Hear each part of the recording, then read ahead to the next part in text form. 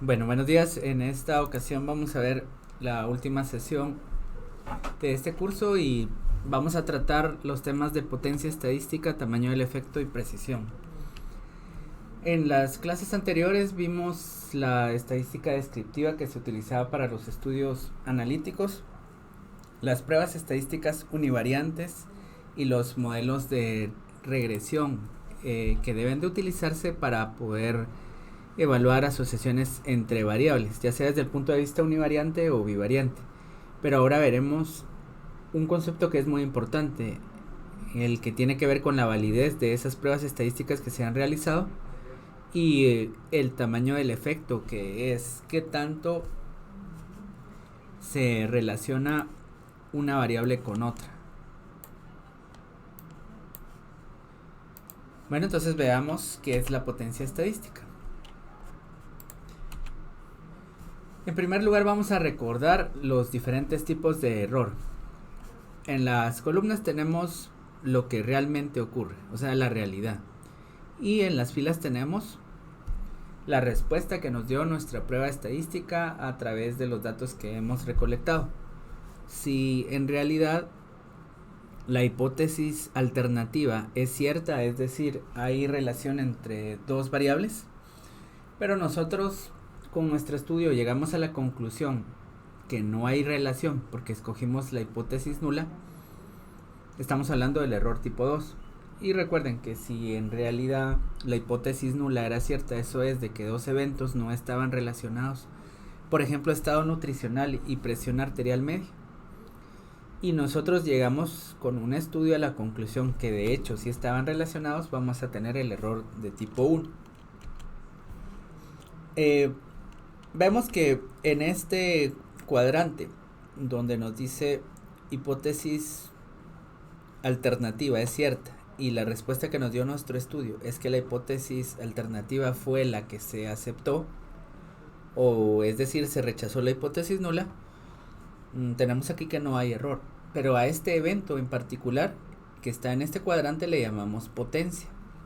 Entonces esta va a ser la potencia. La potencia la podemos ver, por tanto, como la capacidad de encontrar asociación estadística, dado que en la realidad sí existe esa asociación estadística.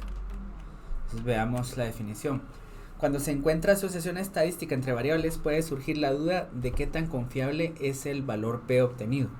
Si nosotros obtuvimos un valor P para ese ejemplo del que les hablé, se trataba de evaluar la posible relación lineal entre el índice de masa corporal y la presión arterial media y obtuvimos un valor P de 0.034, por ejemplo. Entonces no podemos hablar y decir a ciegas de que hay una relación verdadera, porque pues tenemos siempre la posibilidad de cometer esos dos tipos de errores, el error tipo alfa y el error tipo beta. Por tanto, entonces necesitamos de una medida de qué tan confiable es ese valor P obtenido o la conclusión a la que hemos llegado. Y eso consiste en reportar la potencia. La potencia es la probabilidad de rechazar una hipótesis nula o aceptar una hipótesis alternativa cuando esta hipótesis nula es en realidad falsa, o la hipótesis alternativa que se haya aceptado es en realidad verdadera. Es decir, la capacidad de las pruebas para detectar diferencias entre grupos, cuando éstas realmente existen y no se detectan por efecto del azar. La potencia estadística puede ser calculada a posteriori, eso es dado de que ya se recolectaron los datos y se calculan los valores P, los promedios y las desviaciones estándar de las variables o los porcentajes dependiendo del nivel de medición de esa variable. Eso es a posterior, o se puede calcular también durante el momento en el que se calcula la muestra. Ahí no se calcula, sino que se especifica.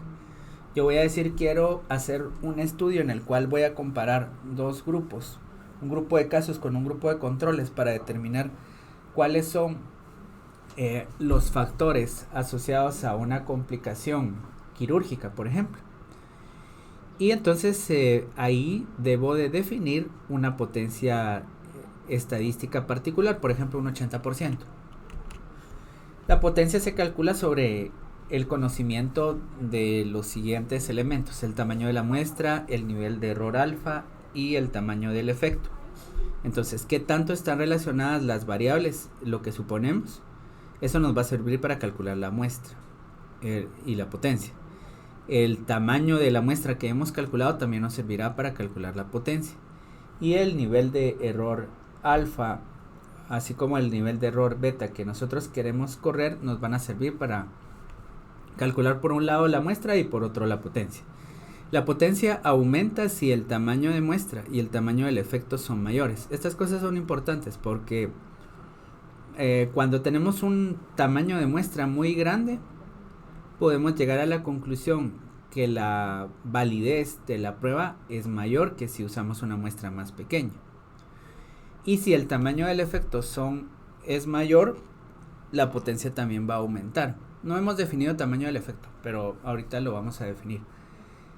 Esto es, si dos variables están bastante relacionadas, vamos a tener, por ejemplo, la relación que existe entre, pensemos, hipertensión arterial y enfermedad renal crónica, es una relación posiblemente moderada o grande.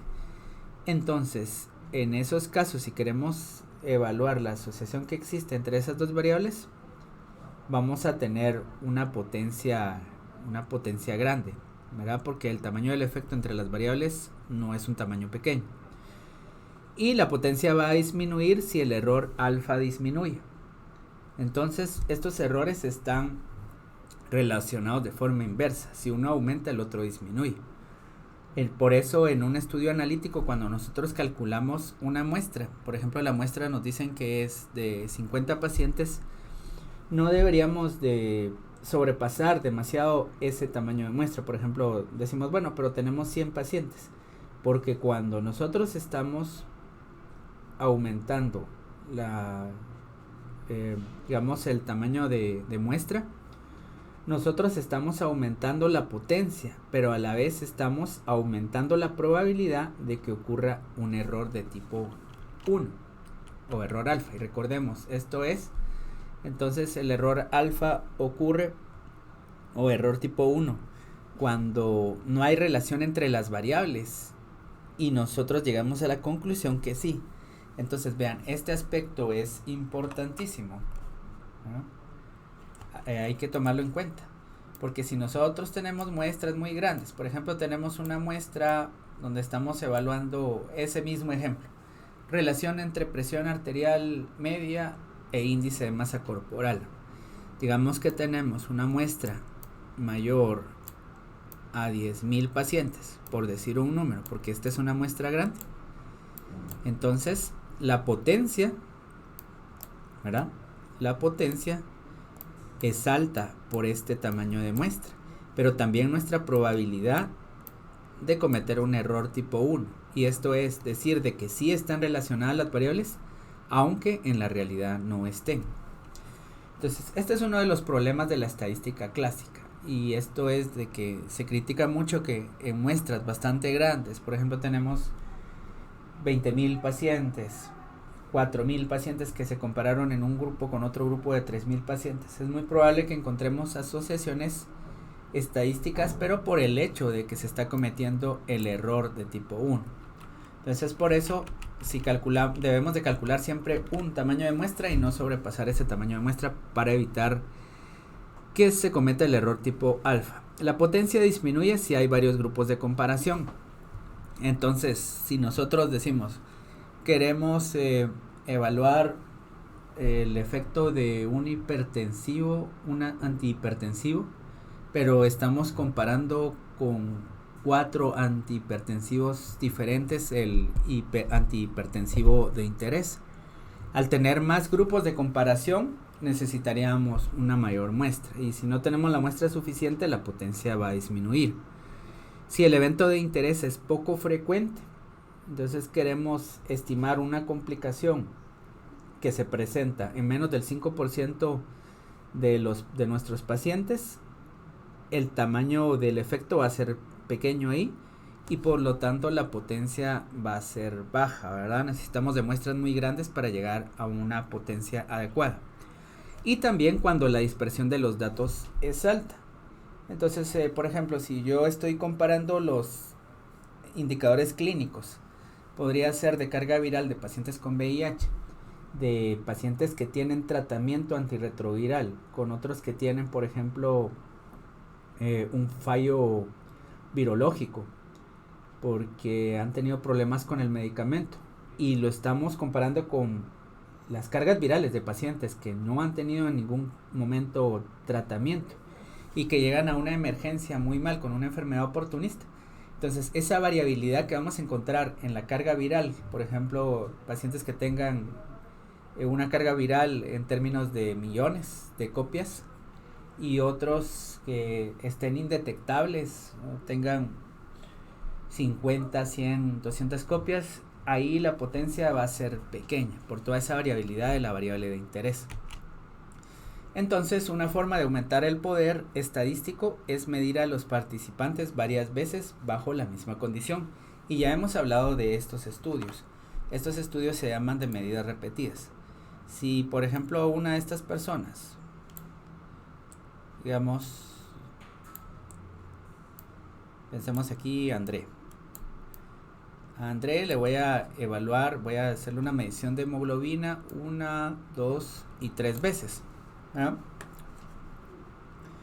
Hay otra persona que se llama Silvia. Y pues a esta otra persona de este estudio también se le va a medir la hemoglobina 1, 2 y 3 veces.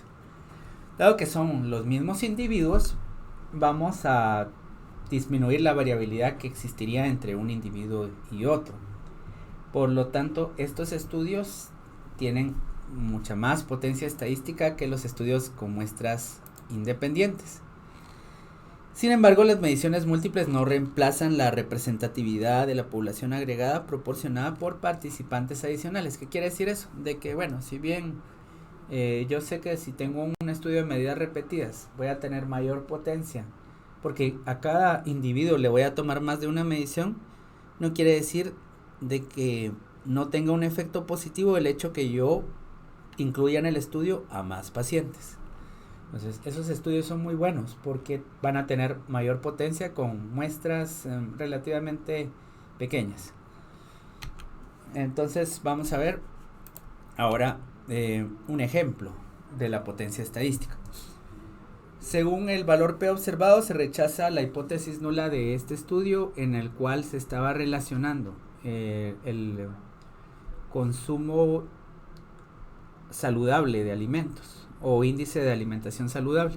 Entonces hay algunas escalas que nos sirven para poder estudiar los hábitos de consumo y de calidad de la alimentación.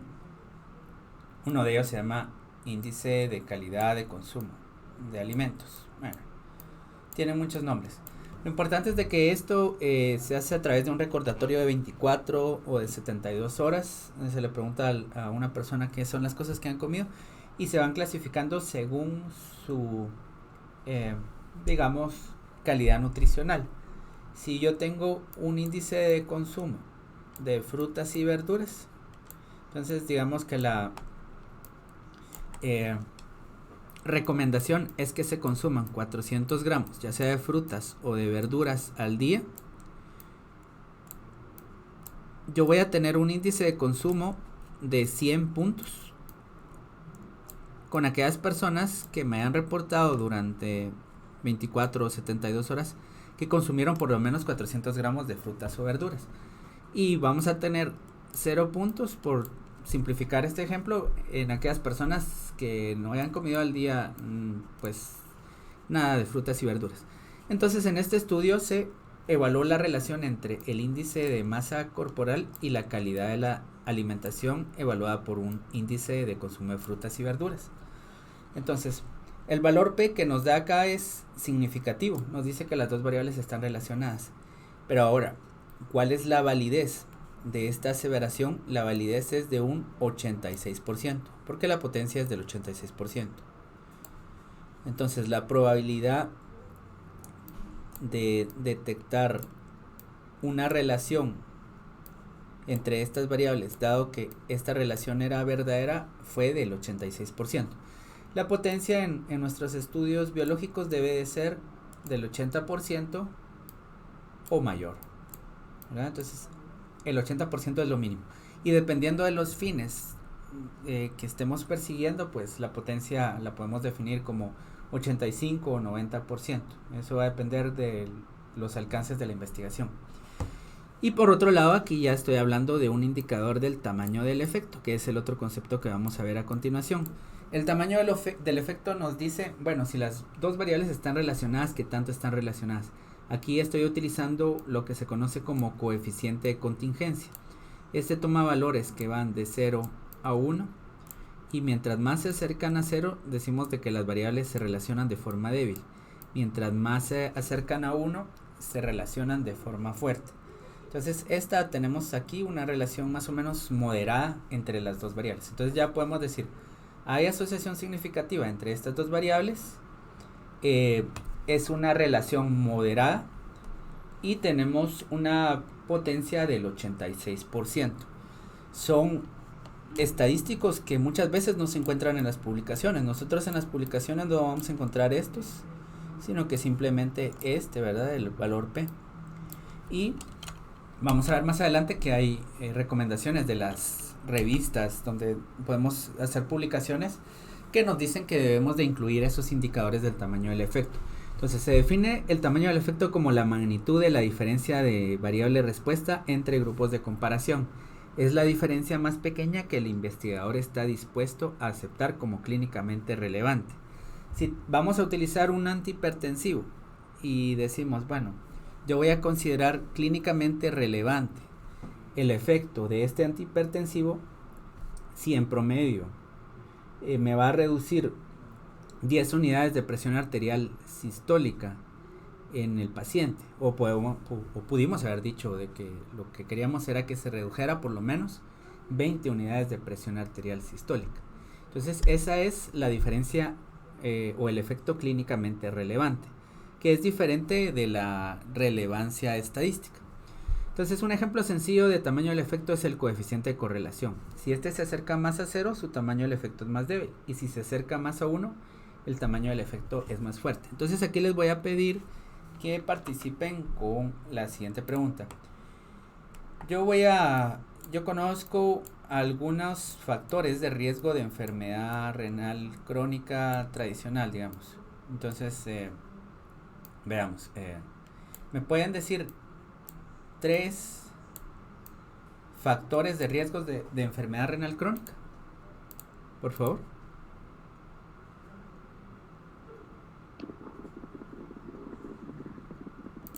Anomalías congénitas. Anomalías congénitas, ok. ¿Qué otra?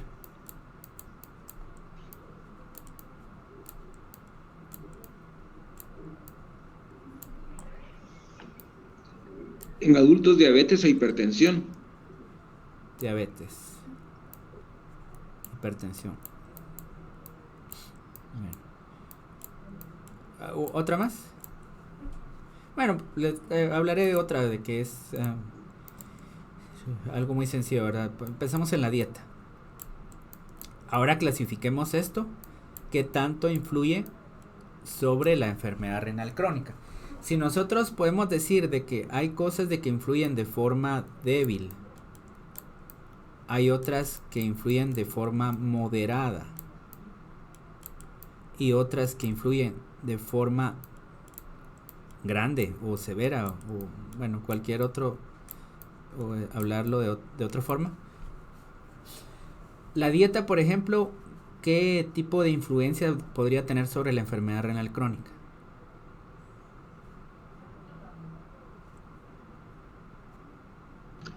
Moderada, diría yo, sí. Podría ser entre débil y moderada, sí. ¿verdad?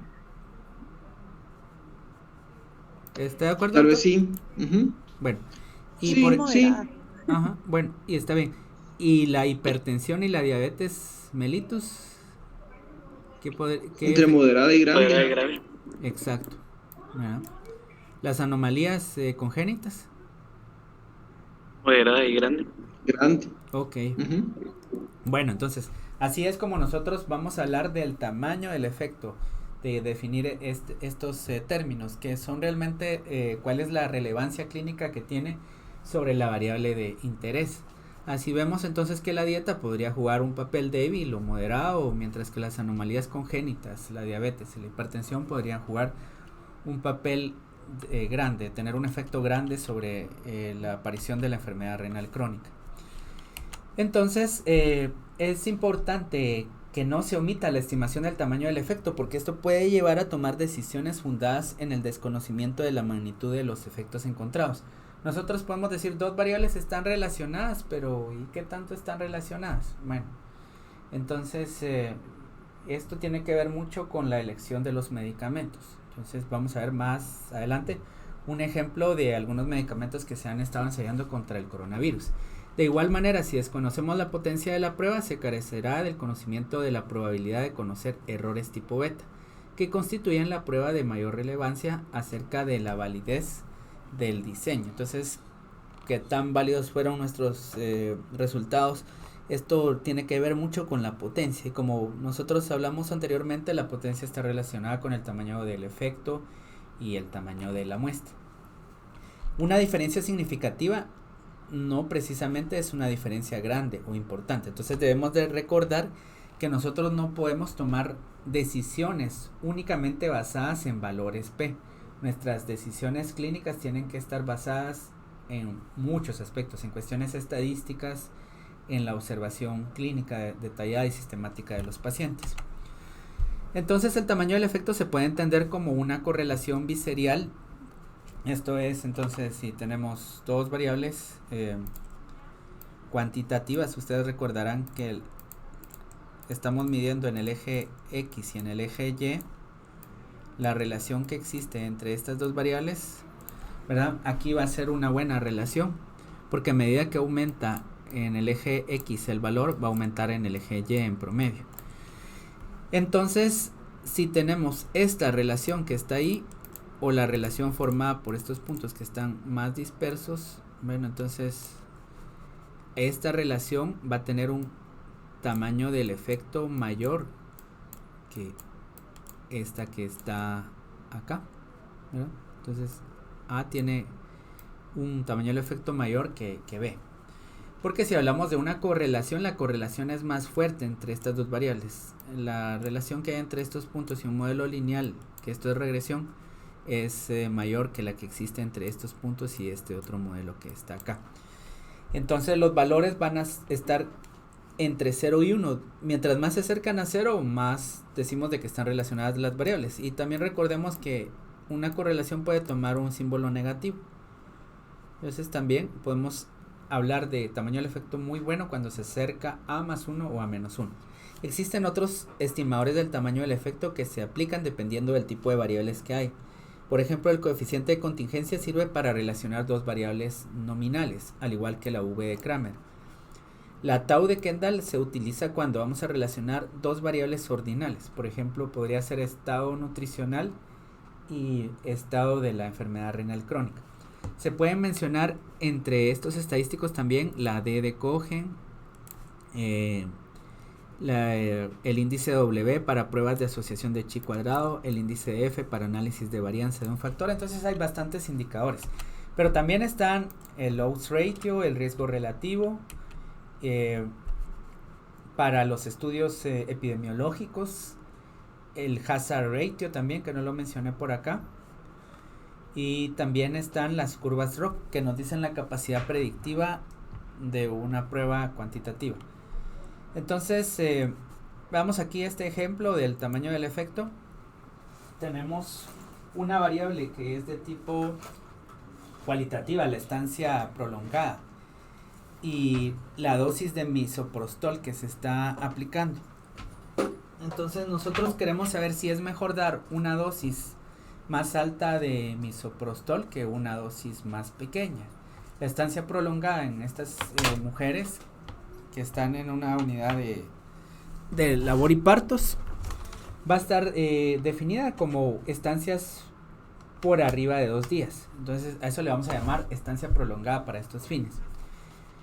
Se dio la dosis de 200 microgramos de misoprostol, posiblemente había más efectos adversos, pero vamos a ver que de 28 mujeres a las que se les administró la dosis de 200 microgramos de misoprostol, solo una tuvo una estancia prolongada, mientras que la que recibió y esto es el 3.6%, mientras que quien recibió 50 microgramos, una dosis más baja, de esas 29 personas, 13, o sea, 44.8% de estas mujeres tuvieron una estancia prolongada. Entonces necesito aquí que me colaboren con esta operación.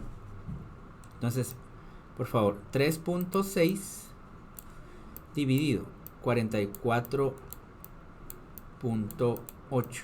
¿Cuánto me da esto?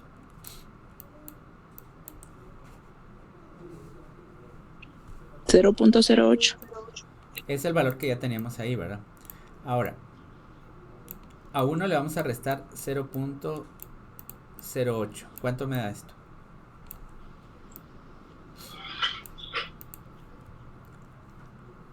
$0.92. Exacto. Entonces veamos. En primer lugar, esta es la incidencia de estancia prolongada en el grupo expuesto y el grupo no expuesto. Si dividimos esto dentro de esto, me da 0.08. Entonces, el riesgo de una estancia prolongada es de una fracción de 0.08. Si nos hubiera dado 1, nos dice que el riesgo es el mismo. Pero si nos dice que es 0.08, nos va a decir que el riesgo es más bajo de lo que se presenta con la dosis más baja. O si le restamos a 1, 0.08 nos da 92. ¿Y esto qué es? Hay un 92% de menor probabilidad de presentar una estancia prolongada en las mujeres que recibieron la dosis más alta de misoprostol. Eso se llama reducción relativa del riesgo. El otro era el riesgo relativo, pero también lo podemos calcular al revés. Entonces 44.8 dividido 3.6, ¿cuánto nos da?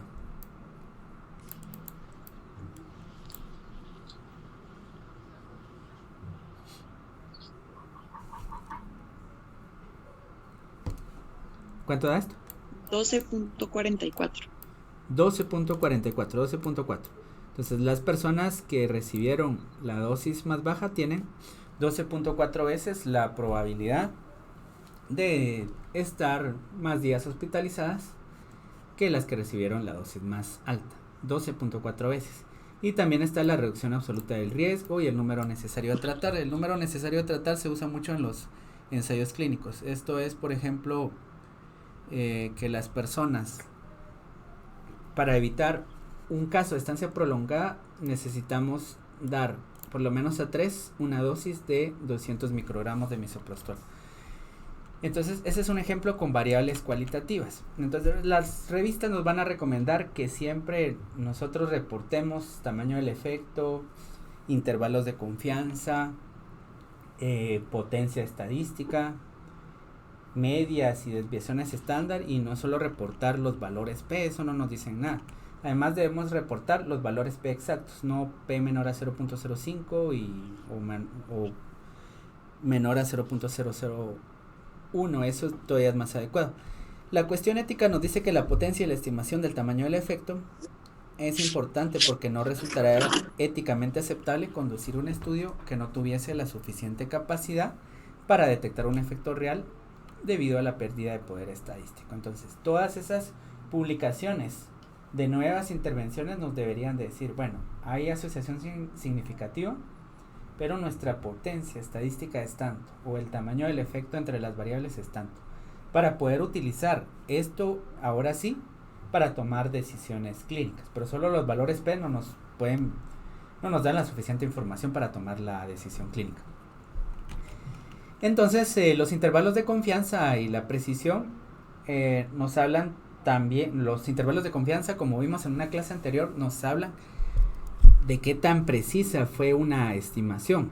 A mayor tamaño de muestra, el intervalo es más preciso porque es menos amplio, está más reducido. Si el evento de interés es frecuente o la dispersión es baja, el intervalo va a ser reducido también.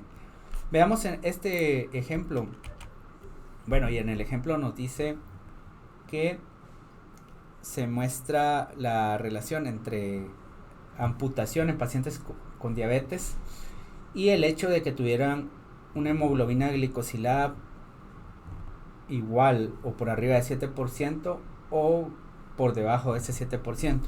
Hay una relación significativa, como podemos ver acá, pero esta relación significativa nos va a cuantificar un tamaño del efecto de 52.8, ¿verdad? El OR 52.8. Esto es, las personas que tienen una hemoglobina glicosilada fuera de control tienen 52.8 veces la probabilidad de sufrir una amputación. Pero ese valor es muy grande y de hecho esa estimación es precisa. La única conclusión que tenemos ahí es de que el efecto posiblemente de tener una hemoglobina glicosilada, no es que esta sea la causa, sino que es un indicador transversal, ¿verdad? Digamos, el hecho de tener la hemoglobina glicosilada fuera de control está relacionado fuertemente, ¿verdad? Tiene un tamaño del efecto fuerte, grande, con que exista una amputación en un paciente diabético. Pero posiblemente el valor de OR no es este, porque veamos el intervalo va de 2.92 a 954. No es lo mismo si hubiéramos tenido, por ejemplo, un 50, digamos, un OR de 50 con un intervalo de confianza que iba de 40 a 59, por ejemplo. Si tenemos este intervalo, las posibilidades de nuestro OR se reducen a valores entre 40 y 59. Los más probables serían los que están en medio. Entonces este valor tal vez sí es un estimador correcto. Pero este 52 que puede tomar valores desde 2.92 hasta 954, lo que nos está diciendo es de que la estimación fue poco precisa. Entonces veamos que los intervalos de confianza también nos pueden hablar de la validez de un estudio. Aquí llegamos a esta conclusión, pero posiblemente nuestra muestra debió de ser más grande. ¿Y qué otro aspecto es importante? Algo que les he dicho.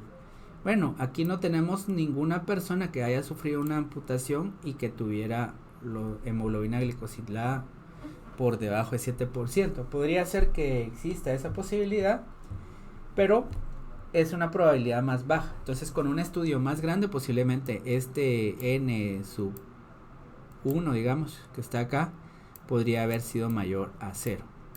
Bueno, aquí ya vimos bastantes elementos que nos permiten juzgar los ejemplos que vamos a ver a continuación.